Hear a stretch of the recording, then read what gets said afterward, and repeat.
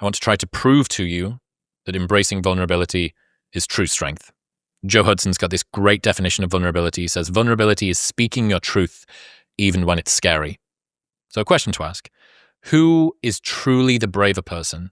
The one who lets themselves feel, or the one who flees the second an emotion gets too close? The one strong enough to carry the full weight of their experience emotionally, or the one so fragile that they have to suppress it? Brené Brown has got this line, without vulnerability, there is no courage. If there's no uncertainty, no risk, no exposure, you're not being that brave because there's nothing on the line. We are so quick to praise suppression as strength. We call it control. We call it discipline. We pretend emotional detachment is a sign of maturity. But fully living your life means actually feeling what fucking happens, not just performing composure while something inside of you quietly breaks. The enemy here, as far as I can see, is toxic stoicism, not the grounded, reflective Ryan Holiday kind. Instead, the hollowed out kind, the kind that rewards shutdown, that teaches you to be proud of how little you feel, as though restraint were the same thing as resilience. As far as I can see, fearing vulnerability turns your inner world into a minefield. It teaches you to treat emotions like threats, so you tiptoe carefully through your life, trying to not set anything off. Proud of your control, but slowly growing more disconnected from life around you. This isn't strength. It's avoidance rebranded. Resilience is not what most people think it is. It's not about not feeling the pain or being impervious to challenges or setbacks. It isn't about people who suppress or ignore their feelings. It's also not about people who are delusional and think they don't have feelings. Resilience is about people who feel their feelings deeply, but are able to act despite them in their best interests. It's a slamming insight from Mark Manson. This common mistake, especially among high-functioning, high-achieving people, is believing that vulnerability is weakness. But vulnerability is being scared of speaking your truth and doing it anyway. It's choosing presence before protection. It's the willingness to be seen, even when what's visible isn't tidy or filtered or finished. Picture in your mind two people receiving bad news. One's hands shake as tears come, the other's face goes blank, jaw locked, and later that night they're 3 drinks deep, scrolling their phone, feeling nothing.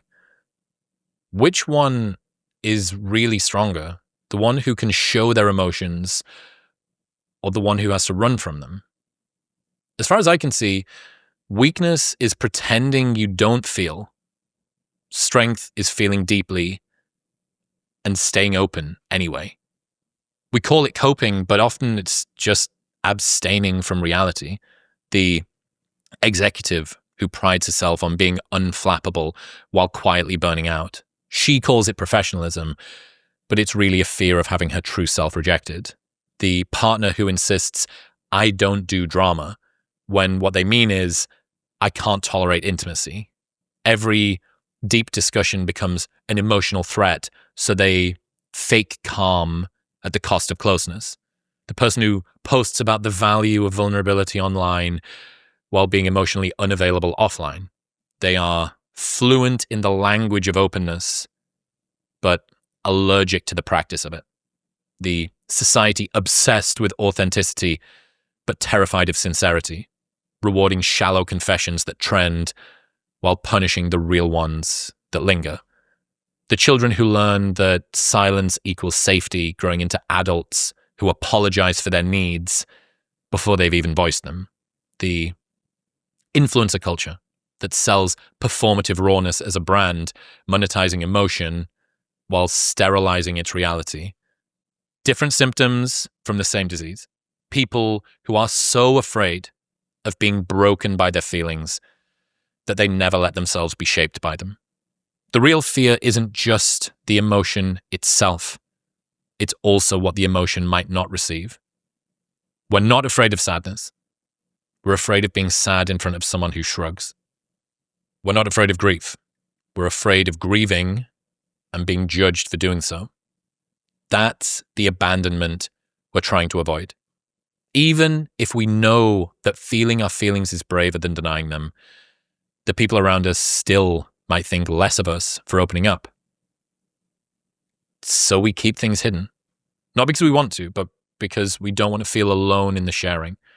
Men, as far as I can see, have this harder still, as almost all definitions of masculinity have some version of emotional control as a core tenet, which makes feeling pride in showing emotions as a man even tougher. But you cannot connect with the world or anyone in it if you never truly show yourself. Intimacy only exists to the degree that you reveal yourself, your sadness, anger, joy, desires, boundaries, everything. When you hide your flaws or your feelings out of fear of shame, you block intimacy and authenticity. The more that you expose, the closer you are. The less you show, the more distant you become. Which do you want to choose? Vulnerability isn't weakness. It's rebellion. It's not how little you feel that makes you strong. It's how much you can face and stay open. It is saying, I'll go first. I'll be honest, even when it's scary. Not because I'm fragile, but because I'm brave enough to be fully seen.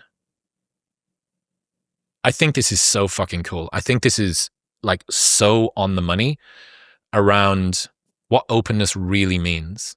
And the fact that, what is it that so many people look for in parasocial relationships with their favorite content creator or writer or thinker or TV personality or whatever? They want authenticity. But society is obsessed with authenticity and terrified of sincerity. Like those two, the fact that that is so fucking true then creates a world of performative authenticity. Like the stripped back, behind the scenes, I don't need no makeup or no script, but then you find out that what this person's actually doing is some fucking 5-dimensional jiu-jitsu chess, where they've managed to flip you into believing that what they were actually doing was naturalistic when really it was super, super contrived. I think we like the idea of authenticity and sincerity, but when it comes into land, when it actually when the rubber meets the road, it feels really uncomfortable because there is nowhere to hide from someone who is truly, truly showing their emotions. Someone who really opens up, who says like, this is a flag that I'm planting in the ground and this is something I really fucking care about. And I'm going to shout and scream in excitement, or I'm going to cry and whimper in like pain at what this thing has caused me to feel. Like that is big. It's a very big situation to be in. You know, we like, think about the Overton window, the Overton window of acceptable speech, right? These are all of the words that you can say, and within that is a bracket of words that you're allowed to say. It's kind of the same with emotional depth, that there is a whole breadth of emotions that people can feel. And despite the fact that we say what we want is authenticity, sincerity, openness, truth, when somebody steps outside of this sort of emotional Overton window, most people, especially people online, are triggered in one way or another. It's very triggering. And maybe it's triggering because it reminds them of the emotions that they're hiding from. Maybe it's that their inability to regulate themselves causes them to feel dysregulated by seeing someone else who's suffering. Maybe it reminds them of all of the things that they're numbing themselves from. Maybe there's a degree of jealousy that this person is brave enough to put it out there. Maybe there's a strange kind of pity that's tinged with being seen. I don't want to be reflected in this. And yeah, it is It is so fucking fascinating to watch people talk about the need for openness, transparency, vulnerability, truth, connection, relationally, in terms of communication, online. And then when the fucking chips get laid out onto the table, everybody shits themselves. Everybody's so scared. And I really get the sense, like, there is no such thing as being brave if there's nothing on the line. Like, being brave without feeling scared is not bravery. If you're the sort of person, let's say in a alternate universe, I plucked you out and I made you a soldier, but you had one change to your mental makeup that you didn't feel fear, and you were the best super soldier ever, Delta SEAL Team 6, kicking down doors, shooting bad guys. Would you say that you're brave in that world? Well, kind of, I suppose. Like, you're acting bravery. Bravery is being performed, but it's also, you would know that there's a difference in that kind of bravery versus someone who is terrified and does the same thing. There is no bravery without being scared. And I think that means that if there's no uncertainty and no risk and no exposure and there's nothing on the line, you can't really be being that brave. And this is just a like transactional, detached philosophical argument about it. This doesn't get into the fact that all of your emotions, all of your experience of life is dependent on you actually fucking feeling something. Or else people are going through life like a pea zombie, the philosophical zombie, this idea that someone who acts like an automaton, like does all of the things, you stab them and they say, ow, you hug them and they cry, you give them something nice and they smile, but they don't actually feel anything on the inside. And it's crazy that is the kind of avatar that a lot of people are moving toward. That's sort of their dream. Everyone's got this fear that the world's going to be taken over by AI and robots, and yet at the same moment is trying to make themselves as automated and robotic as possible.